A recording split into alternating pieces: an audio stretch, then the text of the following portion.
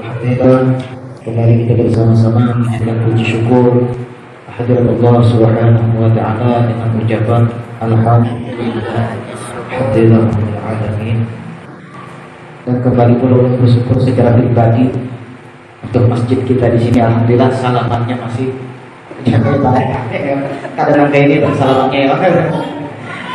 Mudah-mudahan berkat bersalaman tapi sambil mengucapkan salawat, jangankan rumah dosanya gugur.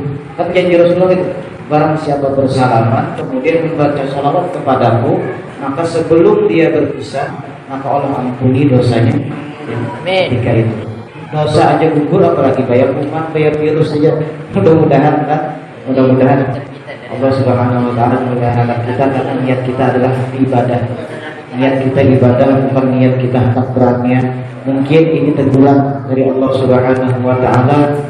Nang kita kadang-kadang asyik berkawanan, lalu seolah-olah ya Allah sadari berkawanan beganaan di rumah ya.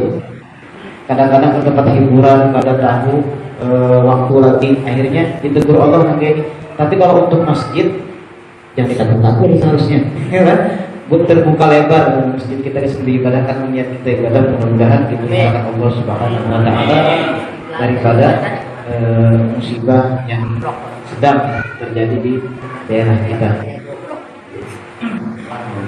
Lawan sebenarnya ini penampakan akidah kita jadinya. Nah, asalnya kita mengaku ahlus sunnah wal jamaah, jalan yang lurus. Nah, ketika ada musibah ini, di mana posisi akidah kita itu? Di mana posisi keyakinan kita? Artinya kita ikhtiar aja nanti mati, tapi lawan Allahnya kada ingat. Artinya Allah yang mematikan, Allah yang menghidupkan, kada ingat di situnya.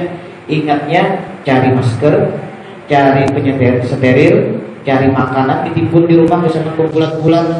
Nah, berarti kita jatuhnya menjadi qadariyah. Qadariyah itu adalah orang yang mengutamakan lahiriah, usaha. Pokoknya bilanya kada nang ini pancang mati, bilanya nang ini kada sehat mati. Akalnya kesana terus ini. Itu qadariyah. Sebaliknya, mun terlalu pasrah pulang mati ya. Itu jabariyah pulang ya. Nah, akhirnya kita di mana posisi yang mengaku ahli sunnah wal jamaah? Harus di tengah-tengah.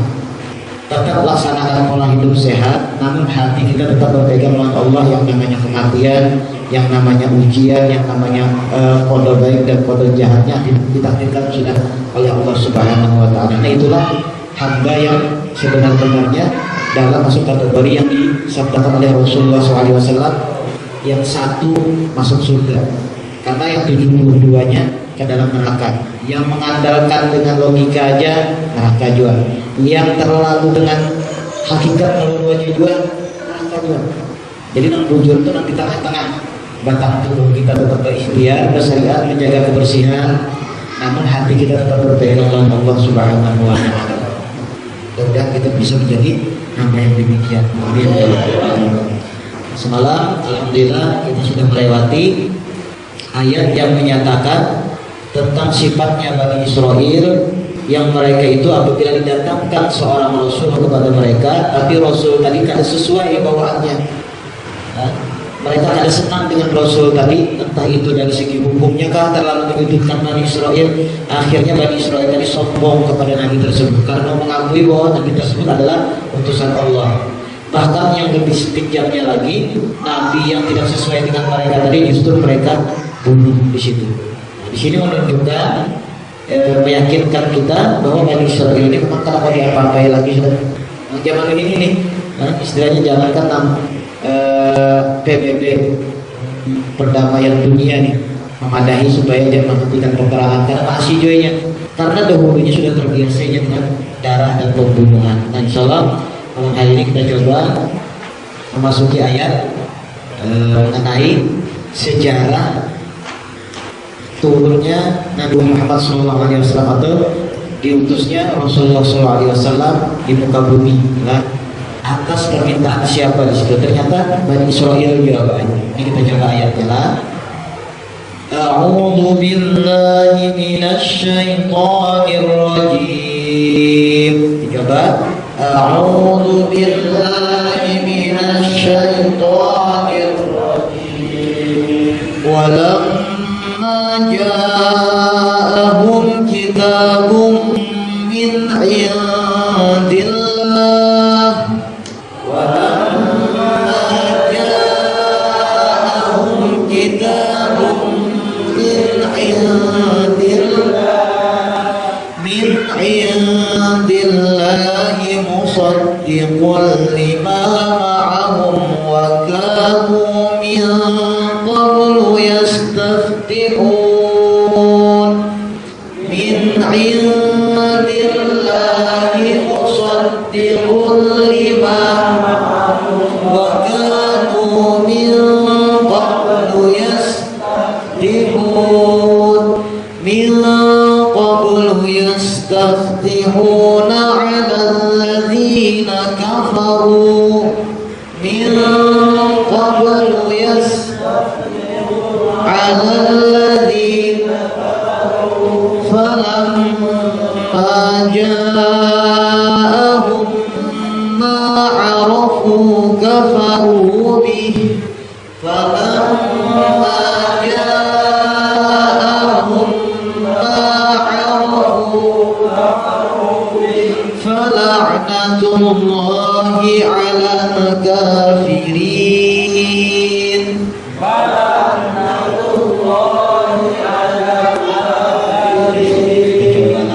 Bismillahirrahmanirrahim. Wa artinya Bapak, dan lama ketika. Lama ini ketika. Biar ulangi, lama ketika. Walamma dan ketika. Kalau nya diganti wa-nya dengan falamma maka ketika. Tergantung pasangannya. Kalau nya walamma dan ketika. Jaa datang. Jaa ini datang, hum jaa datang, hum mereka. Coba digabung, walamma ja'ahum dan ketika datang mereka, atau bahasa mudahnya dan ketika datang kepada mereka. Jadi supaya lebih nyaman dipaham, kepadanya itu tambahan saja lah, sebab kepada itu mempunyai kosakata tersendiri di dalam bahasa Arab, yaitu ila kepada. Nah, namun supaya kita lebih nyaman memahami di sini, tambahkan saja kepada. Walamma ja'ahum dan ketika datang kepada mereka. Nah, kita ulangi, ini cukup menunjuk 2, 3. Dan ketika datang kepada mereka, apa yang datang? Kitabun, kitab. Nah, kitabun ini kitab. Tulisannya nanti sama. Ka, ada ta, ada ba. Tapi kalau barisnya kutubun, kutubun kalau ini kan kitabun, satu kitab. Tapi kalau yang kutubun itu kitab-kitab. Tulisannya sama tapi harokatnya saja, barisnya saja yang berbeda, terjemahnya sedikit berbeda. Kalau kitabun satu kitab, kalau kutubun kitab-kitab nanti. Baik, diulang dulu Bapak dari walamma sampai kitabun. Dan ketika datang kepada mereka kita min dari indi, ada yang ingat di sisi lah, indallah, indillah itu sama, inda atau indi sama, di sisi Allahi Allah. Jadi kitab tadi memang benar-benar datang dari sisi Allah, memang wahyu nih. Fungsinya kitab tadi apa? Musaddiqun. Musaddiqun ini membenarkan. Musaddiqun membenarkan. Dia ulangi Bapak, musaddiqun membenarkan. Fungsi kitab ini adalah membenarkan. Apa yang dibenarkannya? Bagi ma apa yang digabung 5 ya, bagi apa yang ma'a bersama hum mereka. Kita wakafkan dari sinilah, bacakan dulu. Dan ketika datang kepada mereka kitab dari sisi Allah yang membenarkan bagi apa yang bersama mereka. Ulang lagi. Dan ketika datang kepada mereka kitab dari sisi Allah yang membenarkan bagi apa yang bersama mereka. Biar coba sama-sama dulu, 2, 3. Dan ketika datang kepada mereka kitab dari sisi Allah yang membenarkan bagi apa yang bersama. Jadi fungsi kitab ini kalau kita sekarang tuh seolah-olah kayak SK. ini benar-benar utusan Allah, ini benar-benar Nabi Allah, buktinya apa? Oh, ada kitab. Nah, seperti itu. Jadi nabi-nabi itu dibenarkan oleh kitab. Apa buktinya kalau ini adalah utusan Allah? Ini kitabnya, ini wahyunya. Nah, seperti itu. Sama di sini ayatnya. Dan ketika datang kepada mereka Bani Israel kitab dari sisi Allah, fungsi kitab tadi membenarkan bagi apa yang bersama mereka. Yang bersama mereka ini siapa? Yaitu Nabi yang sudah ada di tengah-tengah mereka. Jadi nabinya dulu ada, baru wahyunya turun. Kada mau wahyunya dulu turun, nabinya belum datang. Mau lah.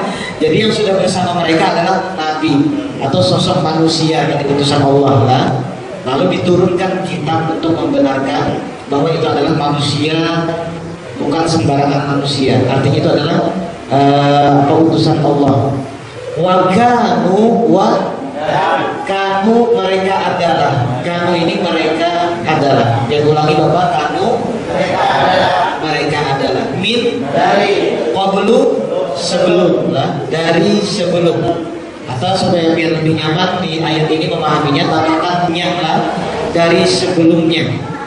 Dan mereka adalah dari sebelumnya, seperti itulah. Yastatihuna asal kata dari pataha. Pataha membuka. Nah, pataha itu membuka, tapi kalau di sini yastatihuna mereka minta bukakan. Agak panjang terjemahnya. Karena ada ya, ada sa di sini yang menunjukkan permintaan. Sama kayak kita. Ghafara ampunan. Nah, ghafara itu ampunan. Nanti kalau dikatakan astagfirullah pakai sa berarti aku minta ampun. Asal kata dari ghafara. Ghafara itu kan ampunan. Kemudian ada sa di depannya, lalu diterjemahkan minta ampun.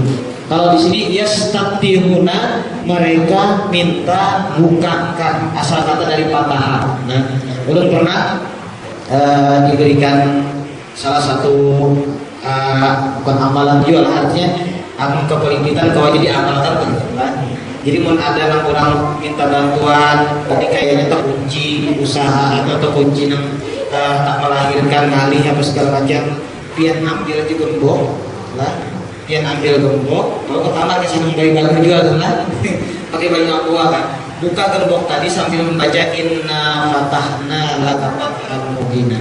Nah, itu salah satu kesan membuka nang kunci-kunci itu. Kalau orang nang kali kawinkan usahanya nih kan, terus nang kaya lahiran terus gembok tadi jadi isyarat hati membuka nang tertutup.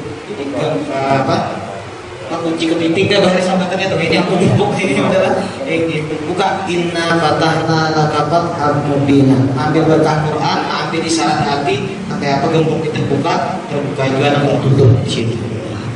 Nah, sama di sini patah minta bukakan. Yastatihuna mereka minta bukakan ala atas alladzina orang-orang yang kafaru mereka yang kafir ya. Nah, udah pokok di sini.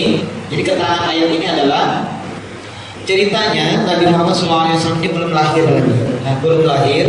Kemudian mereka Bani Israel ini melakukan peperangan kan.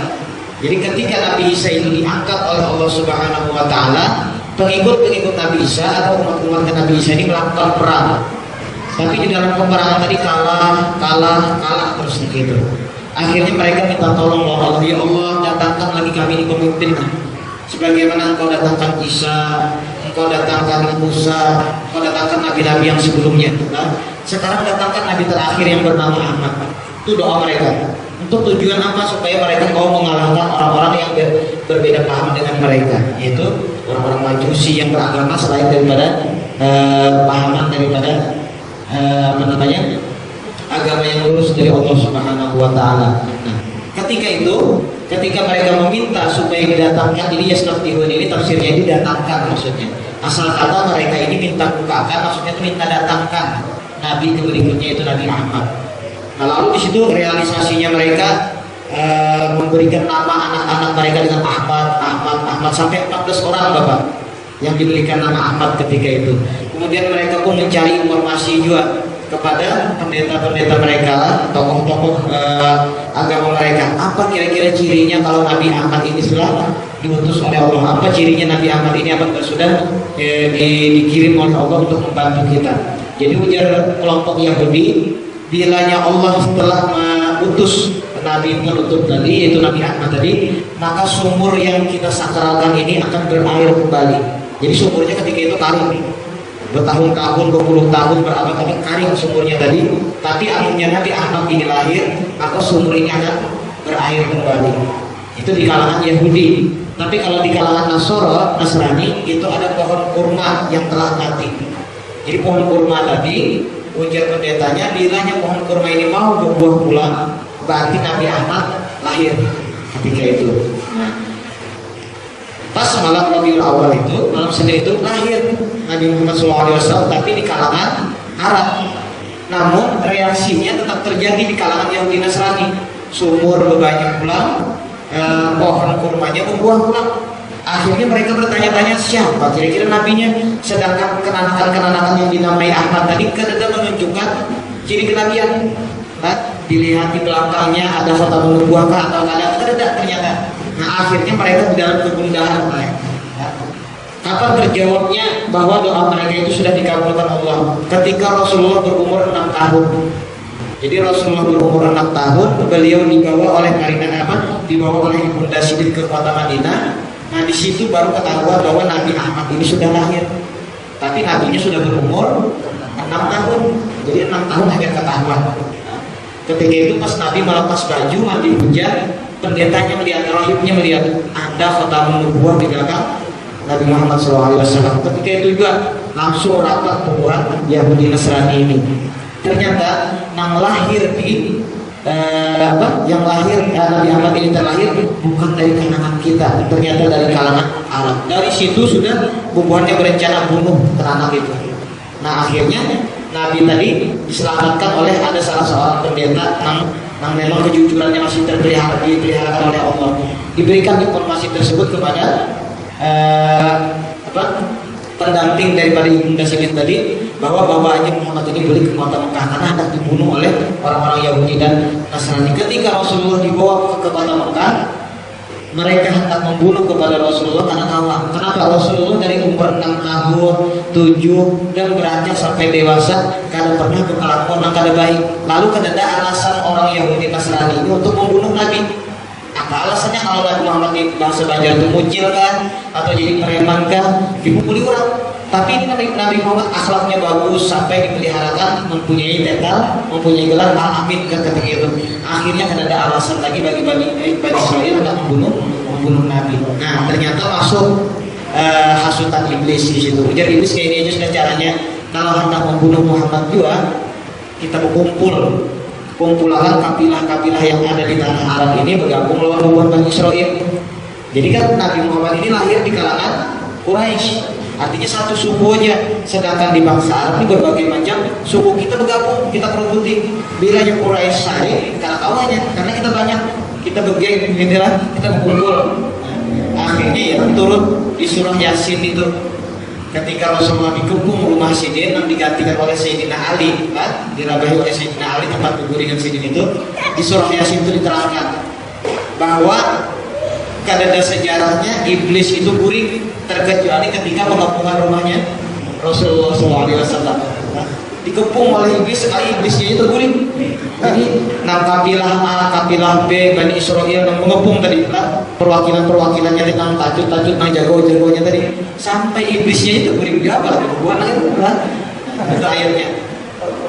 Itu salah satu daripada ada di Yasin Tribun kalau mana mencari hijau. Kalau itu sekedar orang rajia yang lo bacakan supaya polisi nggak melihat. Iblis jatuh guring, apalagi polisi aja ya. Dapatnya ayat gitu. Kau cari salah lagi. Di sejarahnya. Nah di situ sejarahnya iblis jatuh guring. Nah jadi Rasulullah itu sebujurnya diutus, dibangkitkanlah beliau menjadi nabi dan rasul itu atas permintaan Bani Israel. Nah sekarang kalau kita kiasakan malah nabi-nabi ini kan adalah khalifah. Khalifah pertama di muka bumi ini siapa yuk? Nabi Adam. Tetannya Nabi Adam. Kan kira Allah, aku hendak menjadikan pemimpin di muka bumi, aku hendak menjadikan khalifah di muka bumi. Artinya khalifah yang sah di dalam syariat kita, di dalam agama kita adalah kenabian. Nabi Adam, Nabi Nuh, Nabi Idris, selanjutnya lah sampai ke Nabi Isa, sampai ditutup oleh Nabi Muhammad SAW. Artinya Nabi Muhammad ini adalah khalifah. Kalau kita mengambil sejarah Bani Israel, kita ini mirip baik. Hari ini ada oknum-oknum yang hendak menghidupkan khilafah. Sama kan dalam Bani Israel. Bani Israel bahkan berdoa, ya Allah datangkan khalifah, datangkan pemimpin. Kami hendak berperang mengintai lawan pemimpin tadi. Tapi limbah khalifahnya datang, tapi kada sesuai karakternya dan kehendakinya, akhirnya bubarnya. Justru ini yang memusuhi khalifah tadi. Nah, khawatirnya sifat Bani Israel ini terulang di masa kita. Kita bergubu-gubu hendak menghidupkan khalifah, kita bergubu-gubu hendak menghidupkan khilafah, tapi pas khilafahnya datang, kalau kita ada mau nggak keimani lawan khalifah tersebut. Jadi kalau diambil dari kesimpulan cerita Bani Israel ini, khilafah itu kada perlu ditegakkan, tapi intinya bila datang khalifahnya mau kada kita bergabung. Itu aja. Contoh Nabi Isa yang diturunkan, Nabi Imam Mahdi didatangkan, mau kada kita bergabung dengan sini. Itu intinya. Karena yang disabdakan Nabi itu khalifah nang resmi daripada syariat kita adalah setelah dipimpin oleh Nabi Muhammad SAW. Masa kita ini dipimpin oleh sahabat, kemudian dipimpin oleh tabi'in, kemudian ujar Rasulullah di masa keempat ini adalah fase kezoliman, kekosongan khalifah. Namun kalian nanti akan dikembalikan seperti kepemimpinan Nabi yang pertama, yaitu di fase yang kelima yang dipimpin Nabi Isa lawan Imam Mahdi. Nah ini yang kita tungguin. Jadi kada perlu kita kuriak-kuriak demo hendak menghidupkan khilafah. Bisa ya karena Imam Mahdinya datang, bisa ya karena Nabi Isa jadi turunkan Allah, punya sudah sampai waktunya. Tinggal kalian kita nih mau kada bergabung. Seperti Bani Israel nih. Bani Israel berdoa, ya Allah datang, limbah datang, bubar bukannya. Kan lucu ya. Nang ianya di situ. Jadi bukan bukan berdemo-demo hendak meruntuhkan pemerintah digantikan khalifah. Ada begitu kita. Nah, jangan begitu. Karena sudah terjadi di masa Bani Israel. Sedangkan Al-Quran ini jadi pelajaran kesan kita supaya kita ini jangan jadi nah kayak itu. Kalau kita mau ulang sejarah ulang, apa beda jalan Bani Israel dulu ulang? Jadi Bani Israel modern yang kita. Sedangkan Rasulullah di fase keempat ini kadang menyatakan tolong robahlah fase keempat, fase kezaliman ini robahlah. Seolah-olah beliau itu bercerita masa yang akan kita jalani. Artinya kita ini sudah diberikan peta, diberikan wejangan, diberikan nasihat, jalani. Tapi kadang sih masaku masa terbaik, kemudian sahabat, kemudian tabiin, kemudian fase keempat adalah fase kezaliman. Tolong robahnya. Kadang sih menyuruh gitu. Lalu nanti apa kita menyikapinya? Silahkan masa kita sekarang ini fase kezoliman, tapi kita berusaha kayak apa jangan jadi orang zolim. Kayak itu cara memahami hadis tersebut. Bukan berarti kita tidak ada pemimpin zolim lalu kita terbaik, lalu kita turunkan, lalu kita makar, kata. Silahkan mereka zolim, tapi kita sebagai manusia yang beriman jangan zolim. Seperti kisah-kisah yang akan kita jalani lagi ke berikutnya, yaitu apabila mendekati hari kiamat, ujar Rasulullah, perzinahan di mana-mana, bahkan orang yang melihatnya langsung. Nah ini kawalah kita hindari. Kita dirikan aja masjid-masjid supaya jangan ada perzinahan karena fitrahnya Islam harus melewati fase ini. Cuman yang kita waspadai itu silahkan masa ini terjadi, tapi kita jangan jadi cirinya. Kiamat boleh terjadi, tapi kita jangan jadi ciri kiamat. Hari kiamat kena banyak nambani lawan kuitan yang kaya jumlahnya pembantu aja. Jadi ini fase yang pasti kita lewati. Kadang mungkin kita ayo lawan kuitan itu pasti sudah yang namanya yang dijanjikan oleh Rasulullah fitrahnya itu. Makanya sodaq ya Rasulullah, benar sabda-sabdamu wahai Rasulullah. Artinya kita mau merubah fitrah sudah ini. Cuma tinggal lagi kita mengantisipasi diri kita jangan termasuk golongan tersebut. Nah sama juga di fase keempat, fase keempat ini adalah fase kezoliman. Tapi kayak kita jangan menjadi orang zolim, bersabar kita menunggu datangnya Imam Mahdi, turunnya Nabi Isa. Mau kan kita bergabung di sini? Iyanya mau bergabung. Karena lebih fatalnya lagi, Bapak, ada dari pemahaman oknum tersebut, mereka ingin mendirikan khilafah, tapi mereka tidak mengakui dengan keberadaannya Habaib dan Wahidin. Artinya kami tidak percaya darah Rasulullah masih ada saat ini. Kenapa? Karena masanya sudah 1400 abad tahun yang telah lalu. Jadi darah itu sudah putus, keturunannya itu ada lagi. Sedangkan hadis menyatakan bahwa Imam Mahdi itu adalah keturunan Rasulullah. Nah kita tahu-tahu kalau hubungannya ada percaya oleh Habib, berarti Imam Mahdi itu turunnya dari mana? Lahirnya dari mana? Dari botol lah kalau mungkin. Kalau pasti nakarannya lahir itu dari darah ke darah. Berarti hari ini pun ada masih Habib yang bujur-bujur daripada juriannya Rasulullah. Nah sedangkan oknum tadinya kada percaya, ulun gairnya itu peristiwa Bani Israel ini terulang. Bubuhannya nang bergubu-gubu tanpa hidupkan khilafah. Tadi pas Imam Mahdi datang nang dari darahnya Rasulullah, dari Habib kalau percaya tahanan itu pemimpin tadi dari golongan inya. Nah berarti di sini ada memanfaatkan keadaan sebujurnya. Jadi hadis tadi diomong-omongnya. Jadi kita jangan mau jadi Bani Israel modern, jangan. Naudzubillah. Tadi terjemahannya sampai yastaqimuna 'ala alladziina kafaru. Belum bacakan dulu lah. Kita satu ayat sampai sini aja Bapak. Dan ketika datang kepada mereka kitab dari sisi Allah, lihat coba. Dan ketika datang kepada mereka kitab dari baik yang membenarkan bagi apa yang bersama mereka, yang membenarkan apa yang bersama mereka. Dan mereka adalah dari sebelumnya mereka meminta bukakan, maaflah, dari sebelumnya mereka minta bukakan atas orang-orang kafir. Ya coba. Dan mereka adalah dari sebelumnya mereka minta bukakan atas orang-orang kafir. Artinya mereka ingin dimenangkan atas orang-orang kafir. Falamma ja'ahum, fa tadi maka lama ketika digabung, falamma maka ketika ja'ahum tadi iya, maka ketika datang kepada mereka seorang nabi tadi, apa ya? Arafu mereka kenal. Arafu ini mereka kenal. Arafu artinya kafaru bih, mereka kafir dengannya. Maka ketika datang kepada mereka Bani Israel, apa yang mereka kenal, mereka kafir dengannya. Limbah datang, Nabi penutup tadi cirinya sudah jelas bahwa itu adalah Nabi penutup, yaitu Nabi Muhammad tadi lah. Kemudian dari cirinya lagi Nabi Muhammad SAW dinaungi oleh awan. Melihat sebenarnya ciri-ciri tadi, mereka kenal bahwa itu bujur-bujur Nabi penutup. Tapi kafarubi, mereka kafir, mereka ingkar dengannya. Artinya oknum-oknum yang hari ini pun anak memperjuangkan khilafah tadi, mereka mau pelajari hadis-hadis itu, mereka pelajari kayak apa cirinya Imam Mahdi, kayak apa kita turunnya Nabi Isa, mereka pelajari.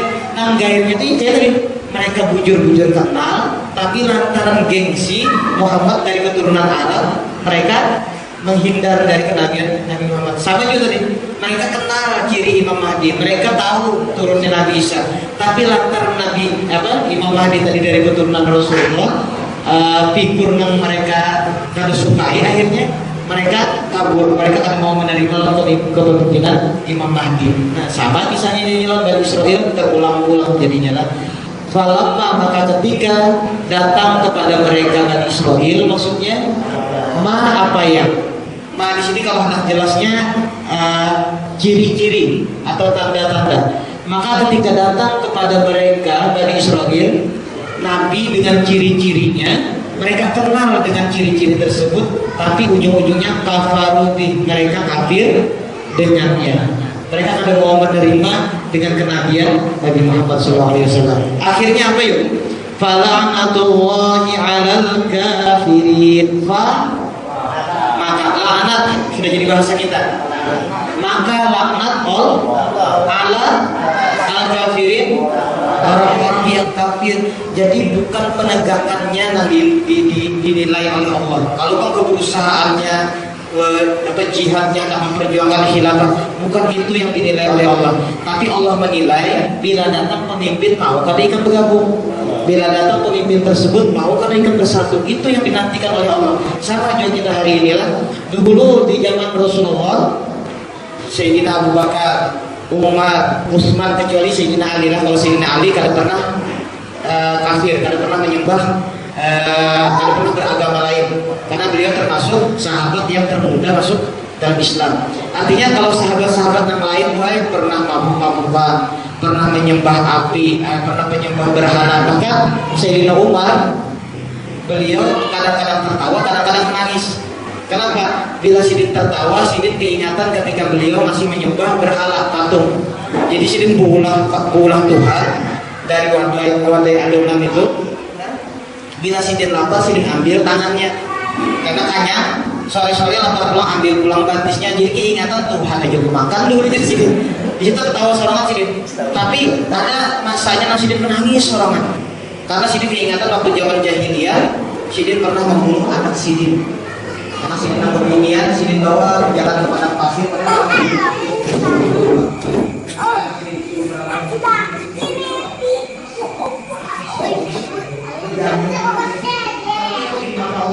Jadi sahabat yang termasuk dijadikan surga. Ada waktu yang Sidin melakukan, waktu membunuh anak, waktu menyembah berhala, Sidin tinggal berkumpul menantikan kami terakhir. Asik dengan dunia, jadi Umar, Utsman itu asik dengan keadaan jahiliyah. Tapi ketika Nabi Muhammad datang, diserukan untuk beriman, mereka beriman. Akhirnya dosa-dosa mereka tadi dihapus oleh Allah. Alhamdulillah Nabi beriman, sholat, puasa, menantikan khalifah. Tapi pas khalifahnya datang, kafir, ujung-ujungnya laknat. Kalau Allah malah artinya bagi kita jangan begini, kita berusaha untuk menaik khilafah. Kita nikmati itu di hidup kita. Tapi ketika Imam Mahdinya datang, nikmati kita sama sisinya masih ngomong. Kita berusaha bawa empat pimpinan. Ayo, siapa ada yang kita tegakkan khilafah?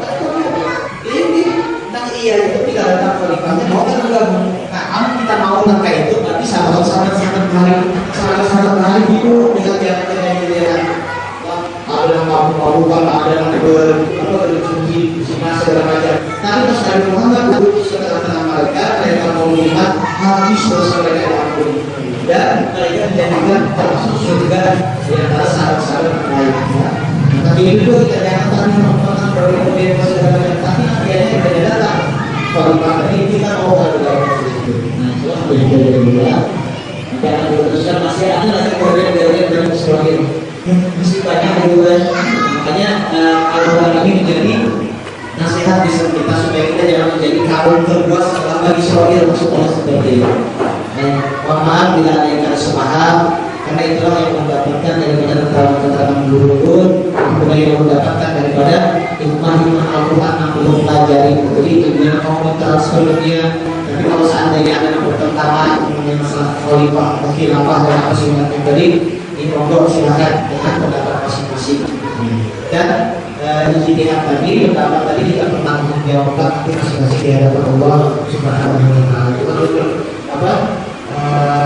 Menyampaikan sekedar fakta yang terjadi di masa Israel. Itu untuk tujuan tanpa mengubah pola pikir dia atau mengubah doktrin dia kan, untuk sekalian menjaga apa yang diceritakan oleh Quran. Baik, kalau dari Allah dengan kata-kata Allah yang berbatas, Allah Alaihissalam begitu pertemuan kita dengan sama-sama membaca doa kafaratul majelis.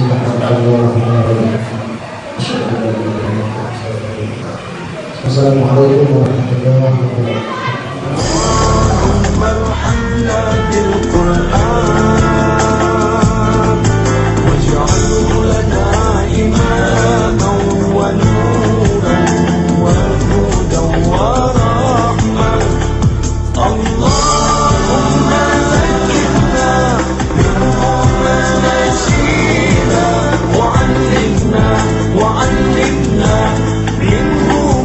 جهلنا وارزقنا تلاوته